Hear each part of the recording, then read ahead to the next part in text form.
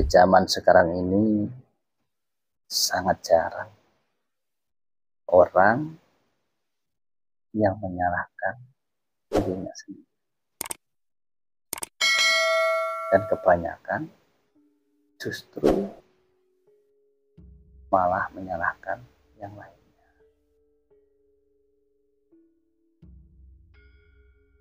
Jadi permasalahan kehidupan ketika mendapatkan sebuah permasalahan, akhirnya kebanyakan menyalahkan pihak lainnya karena menganggap dirinya yang paling benar, sehingga permasalahan-permasalahan hidup yang datang itu sangat sulit untuk mendapatkan cahaya kebenaran, karena orang sekarang itu sudah berebut tentang kebenaran.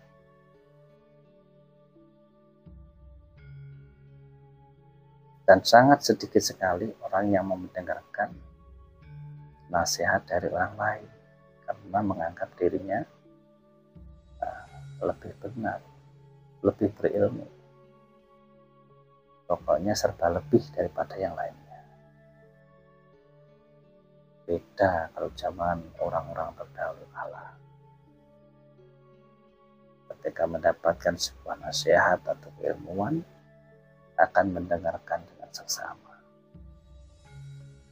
dan dari apa yang ditangkap, didengar itu akan diaplikasikan di dalam kehidupannya. Dari itu, saya berpesan kepada seluruh siswa Palenggahan Karangkonoso Utara, ketika panjenengan semua sedang mendapatkan sebuah nasihat dari siapapun, jangan dipandang orangnya, tapi dengarkan isi daripada nasihatnya. Kalau itu bermanfaat, berguna, jalankan. Kalau memang itu tidak bermanfaat, tidak berguna bagimu, ya tinggalkan. Tapi tidak perlu menilai dari apa yang disampaikan orang tersebut, dari apa yang didengarkan yang disampaikan. Kalau tidak bermanfaat, cukup diam. Karena di zaman sekarang ini sudah banyak penganut dajjal. Kebanyakan orang sudah merasa pintar, padahal kalau di Arab sana yang namanya pintar itu adalah syaitan. Jadi kalau panjenengan semua menganggap dirimu pintar, berarti kamu adalah syaitan.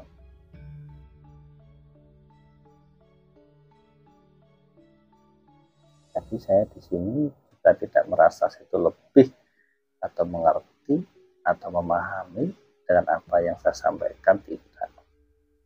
Saya ingin beredukasi, berbagi wawasan.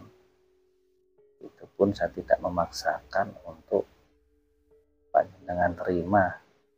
Kalau memang panjenengan nggak suka, ya skip saja, nggak usah didengarkan. Ini baru ranah urusan pribadi manusia.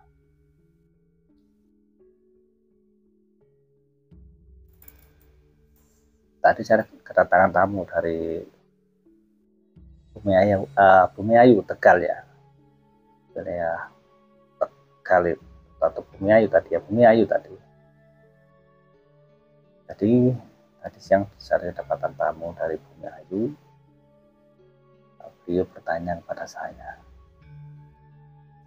"Mbako, kenapa bencana musibah yang terjadi ini justru terjadi kepada rakyat jelata? Kenapa bencana alam ini tidak terjadi kepada para pejabat yang kerjaannya koruptor atau korupsi, yang suka ngabisin uang rakyat?" Nah, ini sudut pandang dari sisi manusia. Ketika manusia itu berpikir, kenapa bencana, bala musibah yang melanda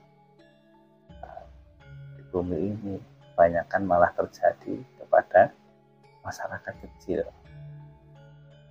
atau orang yang di dalam perkampungan lah istilahnya ya. Kenapa tidak melanda pada pusat pemerintahan yang isinya orang zalim, orang yang menghabisi uang rakyat untuk kepentingan pribadinya gitu ya.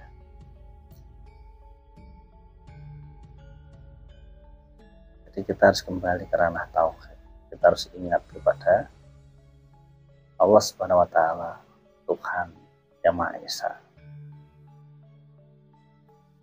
Jadi belum tentu sudut pandang kita itu pun benar menurut kita. Karena di balik suatu musibah yang terjadi itu,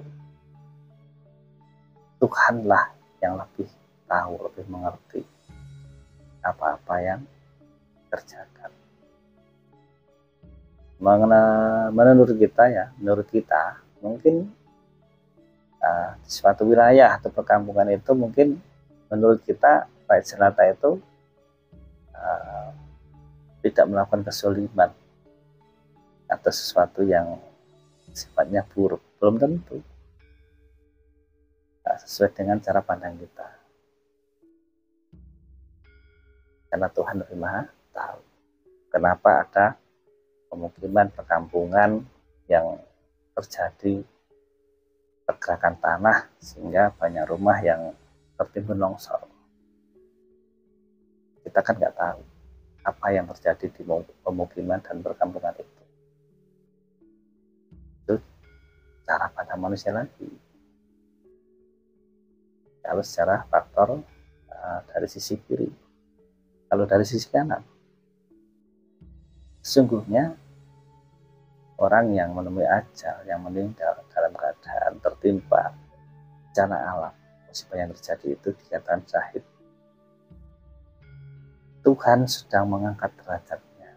Sang Yang Maha Hidup itu sedang mengangkat derajatnya pada orang-orang yang mengalami musibah itu, sehingga dihapuslah dosa-dosanya di masa di dunia, sehingga sempurnalah perjalanannya bertemu Yang Maha Kuasa.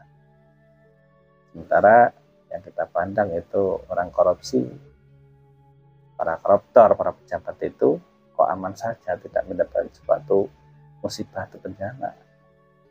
Bisa juga kalau kita lihat dari sisi kiri, Tuhan sesungguhnya sedang memberikan sasmita alam untuk ditangkap oleh para pejabat tersebut. Ketika dihadirkan, dipersaksikan untuk melihat kejadian itu, nanti bagaimana? Apakah cahaya pencerahan atau malah justru akan berbangga diri, merasa selamat, tidak mendapatkan sebuah bencana? Seperti itu. Semuanya serba rahasia.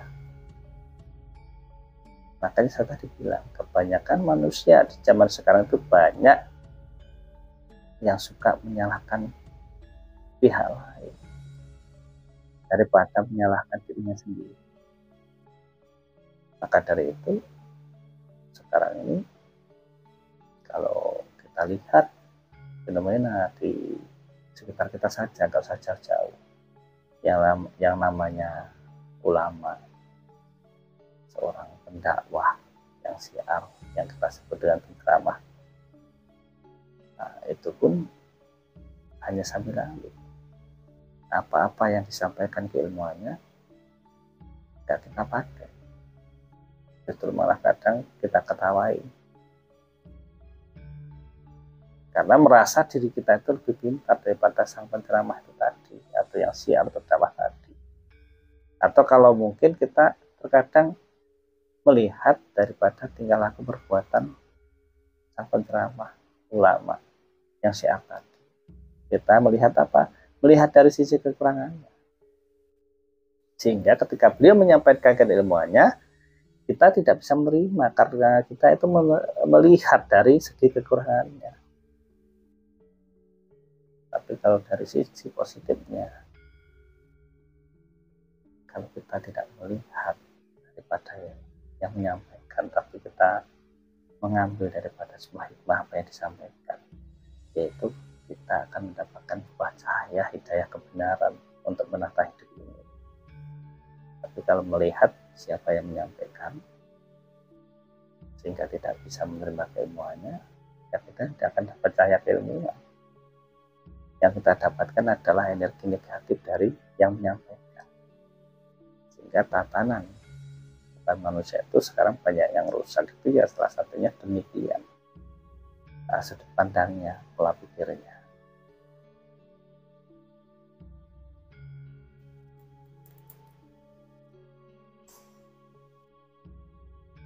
Memang tidak gampang untuk belajar menemukan sebuah hakikat keilmuan, menjadi sebuah laku tirakat di dalam kehidupan kita, itu nggak gampang.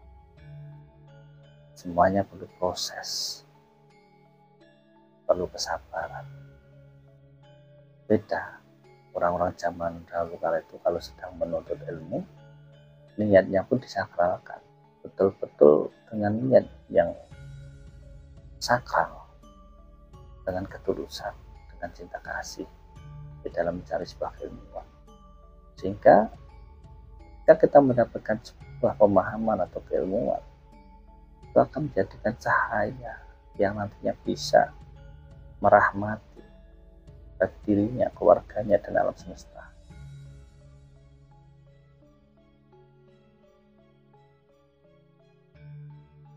Kenapa?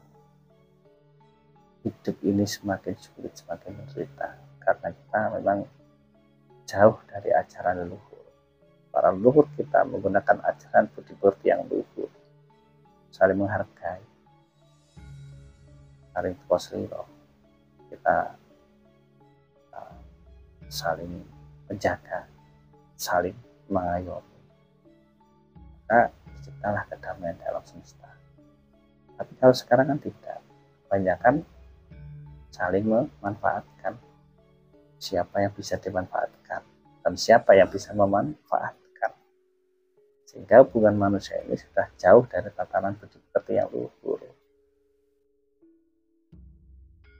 Ada juga orang yang kelihatannya menolong, tetapi sesungguhnya malah memberi masalah. Banyak. Ada orang yang bingung mencari pencerahan di dalam kehidupannya, malah dikerjai, dimanfaati. Contoh ketika ada yang ingin belajar kepada seseorang yang dianggap seorang sepuh, yang punya ilmu, tapi ketika ada seseorang yang datang, malah disuruh beli tasbih, beli rompi, beli sabuk, beli tetek bengek dengan nilai mahar yang jutaan. Itu ciri-ciri orang yang suka memanfaatkan itu seperti itu. Bukannya mendapatkan pencerahan, tapi malah mendapatkan kegelapan. Orang yang ingin meminta pencerahan tadi. Dan orang yang memberikan kegelapan ini pun dia merasa sudah bisa memanfaatkan, padahal yang namanya hukum sebab dan akibat itu akan terjadi. Hukum semesta itu akan terjadi ketika dia tidak berhenti untuk memanfaatkan yang lainnya, untuk menipu yang lainnya. Suatu saat hidupnya akan hancur, akan mengalami hal yang sama.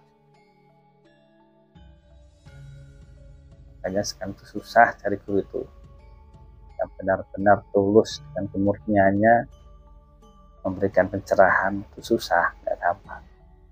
Makanya hati-hati kalau cari guru.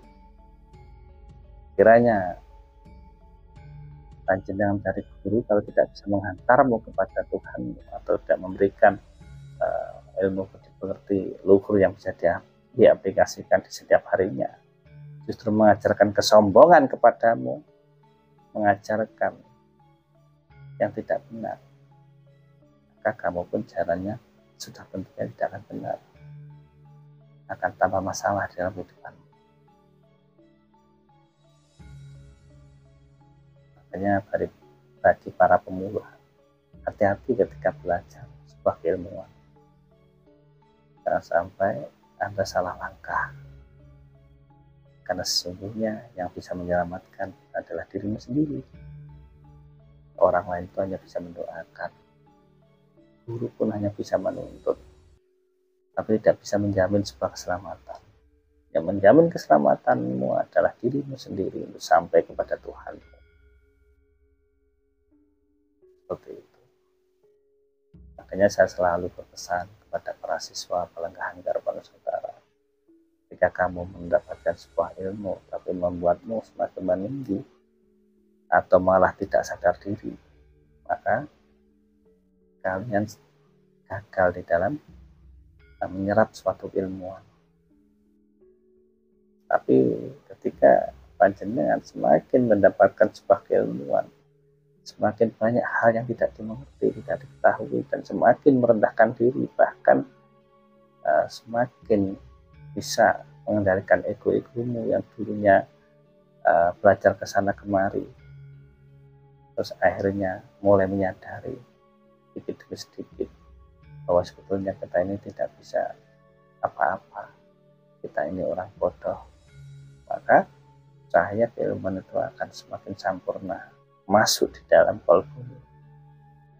Tapi ketika kamu belum bisa mengosongkan gelasmu, kamu masih membawa keilmuanmu, ketika ketemu dengan seorang guru yang baru, maka adanya apa? Hanya sebuah pertentangan dan perdebatan dan perbandingan, sehingga kamu tidak akan mendapatkan pencerahan. Dapat kemampuan dikit, dapat keilmuan dikit, merasa sudah lebih tahu, lebih pintar. Jadi belajar kemanapun, nanti akhirnya ilmu yang didapatkan ini hanya untuk perbandingan. Dapat ilmu dari sini, bandingkan ke situ. Dapat ilmu di situ, bandingkan ke sana. Mau sampai kapan hal itu terjadi? Hidup ini singkat, maka manfaatkan. Hidup di dunia ini sangatlah singkat, sangatlah sebentar. Karena yang namanya raga ini terbatas usianya. Ketika organ-organ di dalam tubuh kita sudah mulai melemah, ada organ di dalam diri kita yang sudah mulai merusak, ya raga kita ini akan kita tinggalkan. Karena sesungguhnya raga ini hanyalah tempat singgah. Tapi yang disebut sukma langgeng atau roh itu yang tidak ada matinya, melainkan hidup abadi. Makanya untuk selalu menjaga hidupnya roh ini, agar selalu menyadari di dalam setiap kehidupannya ada pelatihan-pelatihannya, ada tata caranya. Dengan kita belajar, bisa dengan mengolah cipta, rasa, karsa. Karena manusia itu diberi kemampuan di dalam cipta, rasa, karsanya. Kalau bisa mengolahnya dengan baik dan benar, maka akan bisa menjadi sebuah keselarasan di dalam memperjalankan lahir dan batinnya. Hingga suatu saat nanti, ketika ajal tiba pun, sudah tentu tahu jalannya. Tidak akan nyasar kemana-mana. Seperti itu.